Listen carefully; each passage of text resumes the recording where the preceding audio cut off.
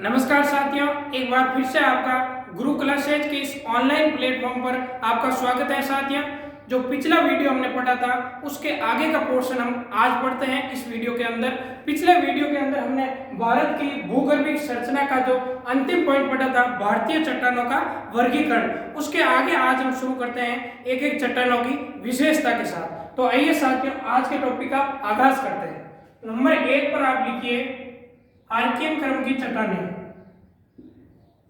Archaean क्रम की चट्टानें, आर्कियन क्रम की चट्टानें, इसकी विशेषता सबसे पहले शुरू करते हैं। तो साथियों, मैंने पिछले वीडियो के अंदर आपको बताया था कि आर्कियन क्रम की चट्टानें जो पृथ्वी के ठंडे होने के बाद सर्वप्रथम जिन चट्टानों का निर्माण हुआ वे चट्टानें थी आर्कियन क्रम की चट्टानें। तो साथ साथ आप नोट करते रहिए कि पृथ्वी के ठंडे होने के बाद, पृथ्वी के ठंडे होने के बाद, ठंडे होने के बाद, होने के बाद सर्वप्रथम इन्हीं चट्टानों का निर्माण हुआ। इन्हीं चट्टानों का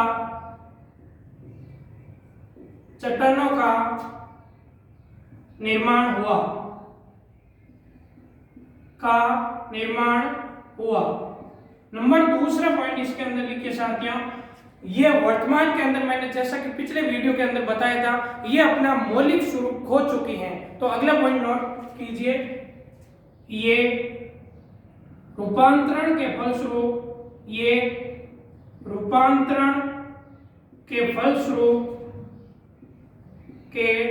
फलस्वरूप अपना मौलिक स्वरूप खो चुकी हैं।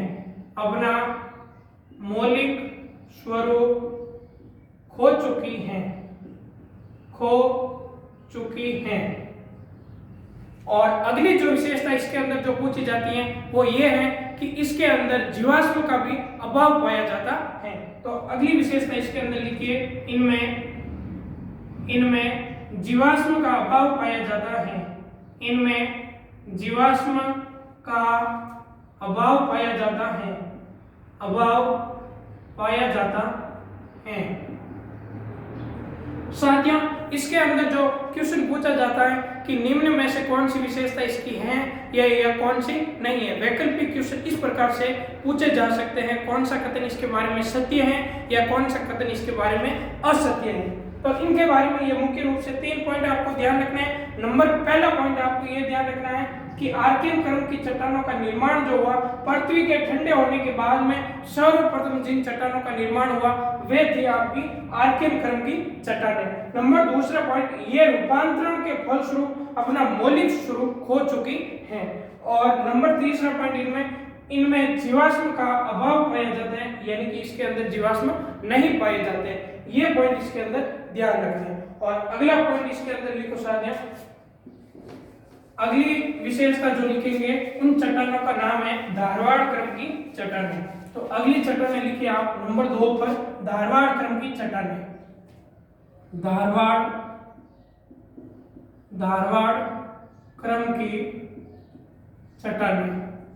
धारवाड़ क्रम की चट्टानें, इनकी विशेषता शुरू करते हैं साथियों।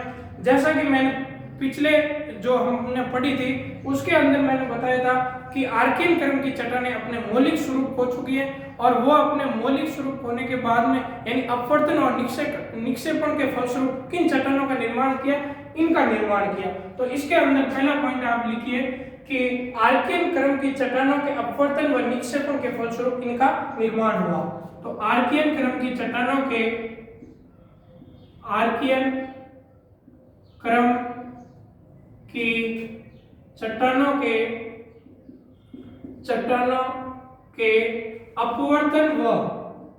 अपवर्तन व निक्षेपण के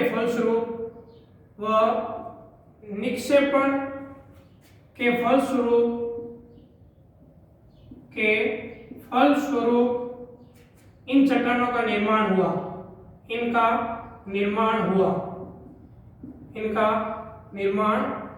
तो साथियों, पहला पॉइंट हमने धारवाड़ क्रम की चट्टानों के अंदर जो पढ़ा है वो ये है कि आर्कियन क्रम की चट्टानों के अपवर्तन व निक्षेपण के फलस्वरूप इनका निर्माण हुआ। नंबर दूसरा पॉइंट इसके अंदर आपको ध्यान रखना है साथियों कि इनमें भी आर्कियन क्रम की तरह जीवाश्म का अभाव पाया जाता है। इनमें भी जीवाश्म का अभाव पाया जाता है। इनमें भी जीवाश्म का अभाव पाया जाता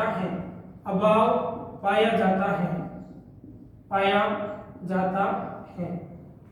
नंबर तीसरा पॉइंट इसके अंदर आपको ध्यान रखना है धारवाड़ क्रम की चट्टानों के अंदर कि इसका जो नामकरण हुआ था, जैसा कि मैंने पिछले वीडियो के अंदर बताया था कि धारवाड़ क्रम की चट्टानों का विस्तार है वो भारत के कर्नाटक राज्य के एक जिला है जिसका नाम है धारवाड़, उसी के नाम पर इसका नाम पड़ा। तो इसके अंदर लिखो कि इसका नाम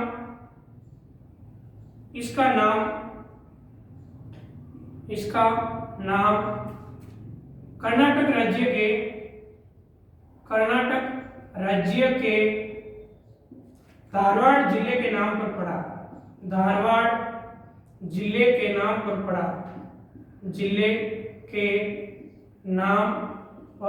पड़ा। ये साथियों आपको ध्यान रखना है।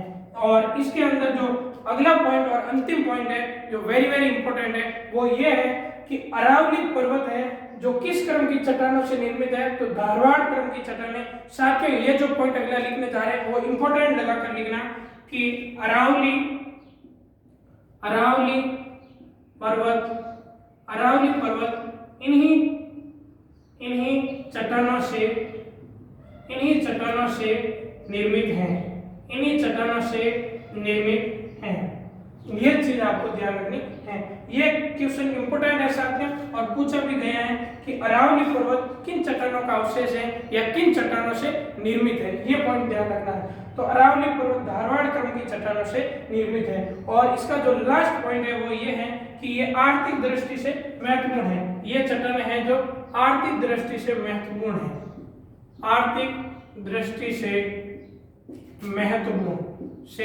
महत्वपूर्ण चट्टानें हैं। क्यों महत्वपूर्ण है?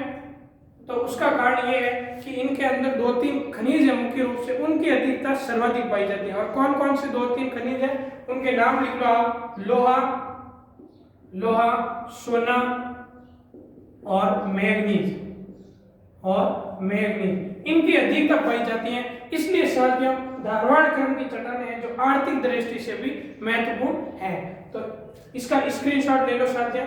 इसके बाद में हम अगली चट्टानें पढ़ रहे हैं और उनका नाम लिखो आप कुडप्पा क्रम की चट्टानें। अगली हेडिंग लगाओ साथियों कुडप्पा क्रम की चट्टानें। नंबर 3 पर लिखते हैं कुडप्पा क्रम की चट्टानें।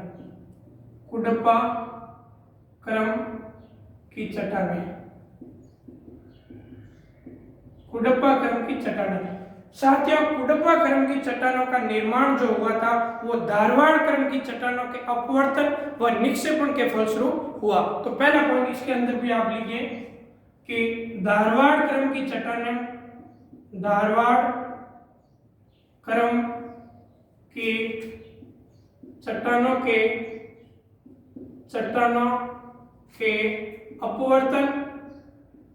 के अपवर्तन व निक्षेपण के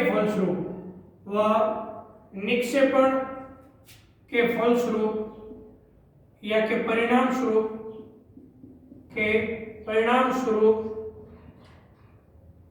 स्वरूप इनका निर्माण हुआ।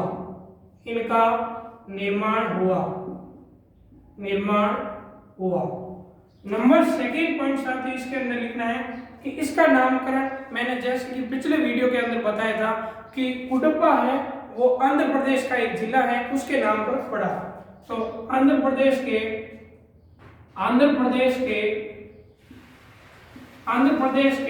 कुडप्पा जिले के नाम पर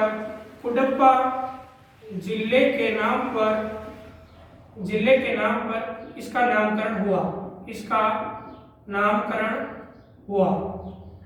ये पॉइंट इसके अंदर आपको ध्यान रखना है। आंध्र प्रदेश के कुडप्पा जिले के नाम पर इसका नामकरण हुआ। ये पॉइंट इसके अंदर ध्यान रखना है। और अगला पॉइंट इसके अंदर जो ध्यान रखना है इसका विस्तार तो मैंने पहले भी बता दिया था कि आंध्र प्रदेश और कौन से राजस्थान के अंदर है। विस्तार एक बार फिर से लिख सकते हैं आप। इसका विस्तार जो है एक तो आंध्र प्रदेश और दूसरा हो जाएगा आपका राजस्थान। और इसके अंदर अंतिम पॉइंट ये है कि कुडप्पा खरन की चट्टानों के अंदर किन खनिजों की अधिकता पाई जाती है, तो वो लिख सकते हैं आप इनमें चूना पत्थर, संगमरमर और एस्बेस्टस की अधिकता पाई जाती है। एस्बेस्टस की अधिकता पाई जाती है। तो ये आपके हो गई साथियों कुडप्पा खरन की चट्टानें। इसके अंदर ये पॉइंट आपको ध्यान रखना है। एक बार मैं रिपीट कर देता हूँ साथियों, ध्यान से सुनिए कि कुडप्पा खरन की चट्टानों का निर्माण किससे हुआ है, तो धारवाड़ खरन की चट्टानों के अपवर्तन व निक्षेपण के परिणाम स्वरूप हुआ है। और आंध्र प्रदेश के कुडप्पा जिले के नाम पर इसका नामकरण हुआ है सर।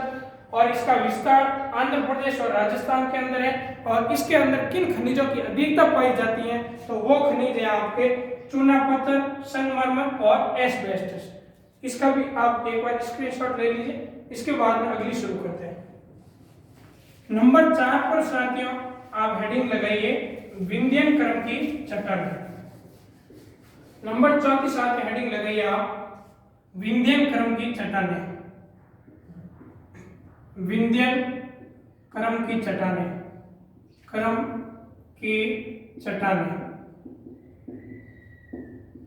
इसकी विशेषता शुरू करते हैं साथियों। विंध्यन खरन की चट्टानें, सबसे पहले तो साथियों मैं आपको बता दूं कि विंध्यन खरन की चट्टानों का जो नामकरण हुआ है उसके क्षेत्र के आधार पर हुआ है, यानी कि विंध्याचल के नाम पर इसका नामकरण हुआ। तो इसके अंदर पहला पॉइंट लिखिए आप, विंध्याचल के नाम पर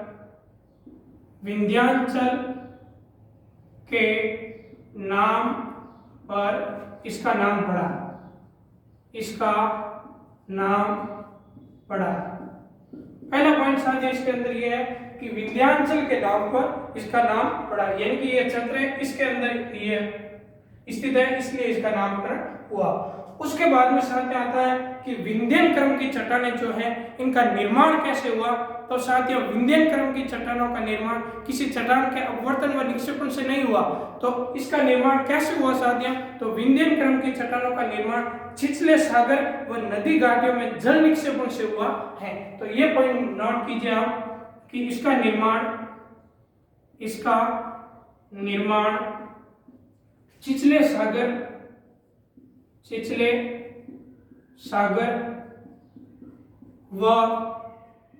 व नदी घाटियों में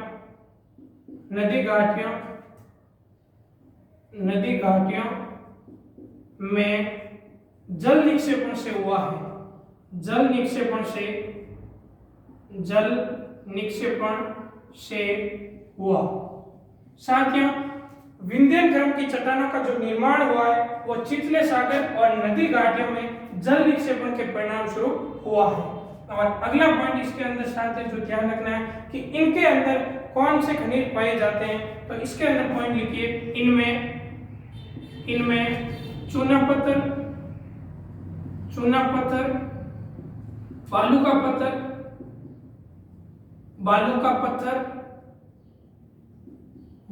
पत्थर व चूना पत्थर, बालू का पत्थर, चीनी मिट्टी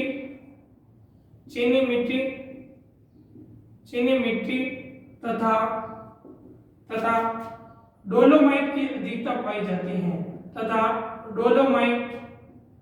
जाते हैं या इसकी अधिकता पाए जाते हैं। तो कौन कौन से खनिज साथियों विंध्यन खरन की चट्टानों के अंतर्गत पाए जाते हैं, तो इनमें चूना पत्थर, बालू का पत्थर, चीनी मिट्टी और डोलोमाइट की अधिकता पाई जाती है। ये पॉइंट थे साथियों विंध्यन खरन की चट्टानों के। तो ये एक बार आप स्क्रीनशॉट ले लें। इसके बाद में साथियों नंबर 5 पर आप हेडिंग लगाइए। नंबर 5वीं हेडिंग लगती है आप, और वो कौन सी हो जाएगी साथियों, गोंडवाना खरन की चट्टानें। नंबर 5 पर हो जाएगी साथियों गोंडवाना खरन की चट्टानें। गोंडवाना खरन की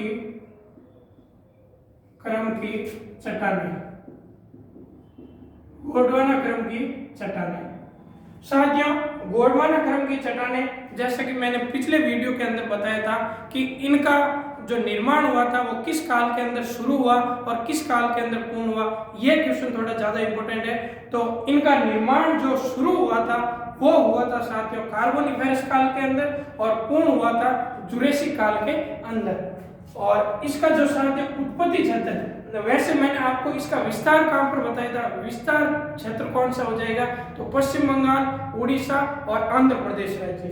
तो सबसे पहले इसका उत्पत्ति क्षेत्र लिख देते हैं। उत्पत्ति क्षेत्र हो जाएगा आपका एमपी। गोंडवाना क्रम की चट्टानों का जो उत्पत्ति क्षेत्र है वो मध्य प्रदेश एमपी हो जाएगा। और नंबर इसके अंदर जो सेकंड पॉइंट लिखना है आपको, ये लिखना है कि इसका निर्माण काल, किस काल के अंदर इसका निर्माण हुआ था। तो इसका निर्माण काल हो जाएगा, निर्माण काल लिखो साथ में इसका कार्बोनिफेरस काल से,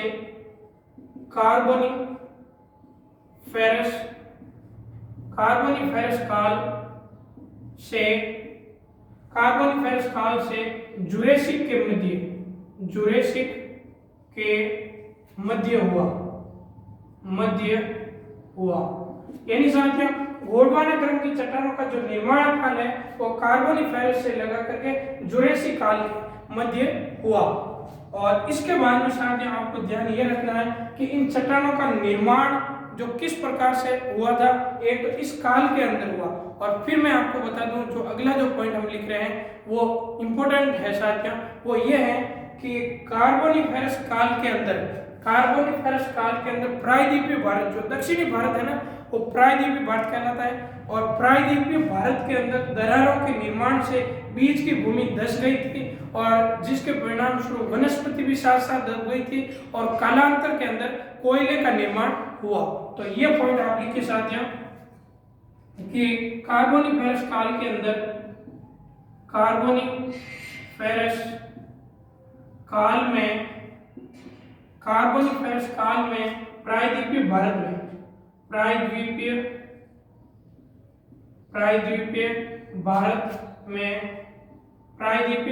में दरारों के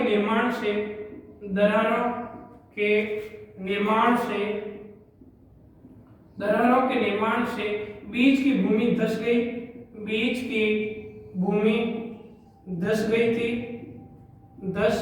गई तथा वनस्पति के दबने के कारण, साथियों ये पॉइंट ध्यान रखना विशेष तौर से, वनस्पति के दबने के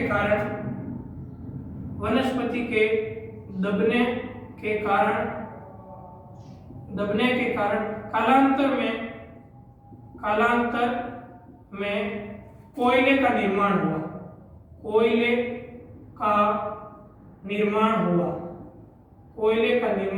हुआ। और साथियों इसी कारण मैं आपको बता दूं कि इनका विस्तार मैंने बताया था आपको, पश्चिम बंगाल, उड़ीसा और आंध्र प्रदेश, इनके अंदर जो मुख्य रूप से कौन कौन सी नदी घाटियां हैं, दामोदर, सोन और इसके साथ साथ गोदावरी नदी। इन नदी घाटियों के अंदर देश का लगभग 98% कोयला यहाँ से प्राप्त किया जाता है। इसी कारण साथियों ये कोयला का निर्माण हुआ। इसी कारण साथियों इसके अंदर एक पॉइंट और नोट कर लीजिए कि देश का 98% कोयला, देश का 98% कोयला 98% कोयला महानदी, आप लिख सकते हैं महानदी, गोदावरी व सोन नदी घाटियों से प्राप्त किया जाता है। सोन नदी घाटियों से प्राप्त किया जाता है।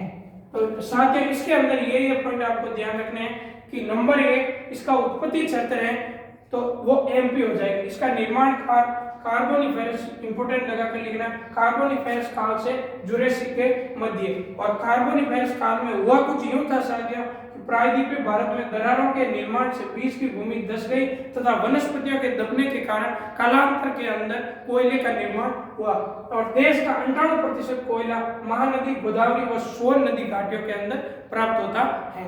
तो ये था साथियों गोंडवाना क्रम की चट्टानें। अगली चट्टानें शुरू कर रहे हैं साथियों हम। अगला पॉइंट लिखिए आप नंबर 6 पर। नंबर 6 पर आप हेडिंग लगाइए साथियों दक्कन ट्रैप। नंबर 6 पर आप हेडिंग लगाइए दक्कन ट्रैप, दक्कन ट्रैप। और पिछले वीडियो के अंदर मैंने साथ ही इसका विस्तार तो बता चुका हूं कि कहां पर है, मुख्य रूप से गुजरात और महाराष्ट्र के अंदर। तो इसके अंदर जो नंबर पहला पॉइंट लिखेंगे कि साथियों इनका निर्माण कैसे हुआ था। तो इनका निर्माण हुआ था साथियों ज्वालामुखी प्रक्रिया के समय लावा के उद्गार से इनका निर्माण हुआ। तो लिखिए इसका निर्माण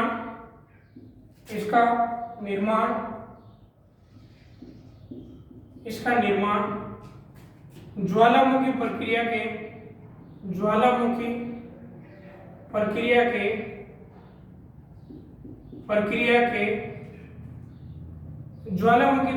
के दौरान लावा के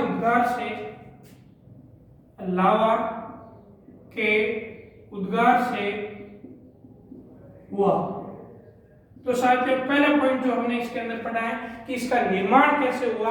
तो ज्वालामुखी प्रक्रिया के दौरान लावा के उद्गार से इसका निर्माण हुआ। किनका हुआ? दक्कन ट्रैप का निर्माण हुआ। यदि आपसे पूछे कि इसका निर्माण किन चट्टानों से हुआ, यानी चट्टानों से पूछे यदि आपको, तो वो हो जाएगी आपकी बेसाल्ट चट्टानें। तो इसका लिखो भाई इसका निर्माण। सेकंड पॉइंट आपको पूछे कि यानी कि ये तो आपके रीजन हो गए, ये तो आपके किस प्रक्रिया के दौरान या किस प्रकार से इसका निर्माण हुआ, और ये तो कथनों के रूप में पूछ सकते हैं, लेकिन ये पूछ रहा है वन लाइनर के अंदर। तो इसका निर्माण बेसाल्ट चट्टानों से हुआ। इसका निर्माण बेसाल्ट चट्टानों से हुआ, बेसाल्ट चट्टानों से हुआ। और इन्हीं चट्टानों के विघटन से, अगला पॉइंट लिखिए साथियों, इन्हीं चट्टानों के विघटन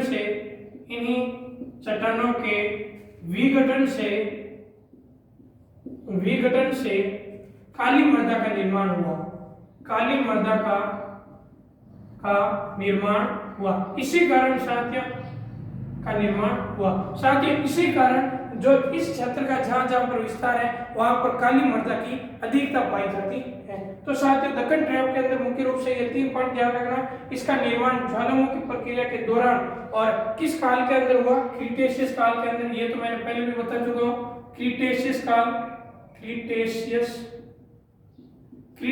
काल के अंदर साथियों ज्वालामुखी प्रक्रिया हुई और उसके अंदर लावा के उद्गार से हुआ। और किन चट्टानों से हुआ? तो ये इंपॉर्टेंट है साथियों, बेसाल्ट चट्टानों से इसका निर्माण हुआ और इन चट्टानों के विघटन से काली मृदा का निर्माण हुआ। तो ये भी साथियों क्वेश्चन पूछा जा सकता है कि किन चट्टानों के विघटन से काली मृदा का निर्माण हुआ। तो उस समय ये ध्यान रखना बेसाल्ट चट्टानें और यह दक्कन ट्रैप भी, दोनों में से जो भी ऑप्शन में हो। और अगली और लास्ट पॉइंट लिखिए साथियों इस अध्याय की। उसके बाद में साथियों सेकंड चैप्टर हमारा भारत भूगोल के अंदर कंप्लीट है। और इसके अंदर लिखिए आप नंबर 7 पर, या नोट लगाकर भी लिख सकते हैं, नंबर 7 पर लिख दो नोट लगाकर। और वो लिखिए साथियों टर्शियरी क्रम की चट्टानें। टर्शियरी क्रम की चट्टानें, टर्शियरी क्रम की चट्टानें। साथियों ये नोट इसलिए लगवाए क्योंकि टर्शियरी क्रम की चट्टानों से हिमालय का निर्माण हुआ।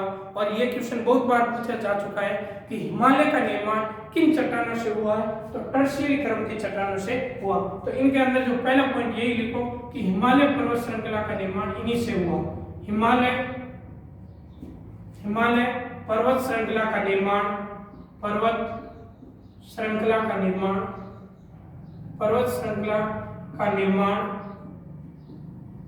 इन्हीं चट्टानों से हुआ है। इन्हीं चट्टानों से हुआ। और ये तो मैं पहले भी बता चुका हूँ। हिमालय के अंदर महान हिमालय का निर्माण किस काल के अंदर हुआ, और मध्य हिमालय का निर्माण किस काल के अंदर हुआ, और शिवालिक हिमालय का निर्माण किस काल के अंदर हुआ। एक बार फिर से आप नोट कर सकते हैं कि सबसे पहले लिख दो आप महान हिमालय का निर्माण किस काल के अंदर हुआ? ओलिगोसिन काल के अंदर। ओलिगोसीन काल के अंदर हुआ। और मध्य हिमालय का निर्माण साथियों जो हुआ वो था आपके मायोसीन काल। पिछले वीडियो के अंदर मैंने ये विस्तार से बताया था साथियों मायोसीन काल। और शिवालिक हिमालय का निर्माण जो हुआ था वो किसके अंदर, प्लायोसीन काल के अंदर हुआ, प्लायोसीन काल के अंदर हुआ। तो ये साथियों इस चैप्टर का अंतिम पॉइंट था। एक बार मैं वापस रिपीट कर देता हूँ कि टर्शियरी क्रम की चट्टानों का निर्माण जो हुआ, टर्शियरी क्रम की चट्टानों से किसका निर्माण हुआ, तो हिमालय का निर्माण हुआ। और आगे हम पढ़ेंगे कि हिमालय विश्व का सबसे नवीन वलित पर्वत है।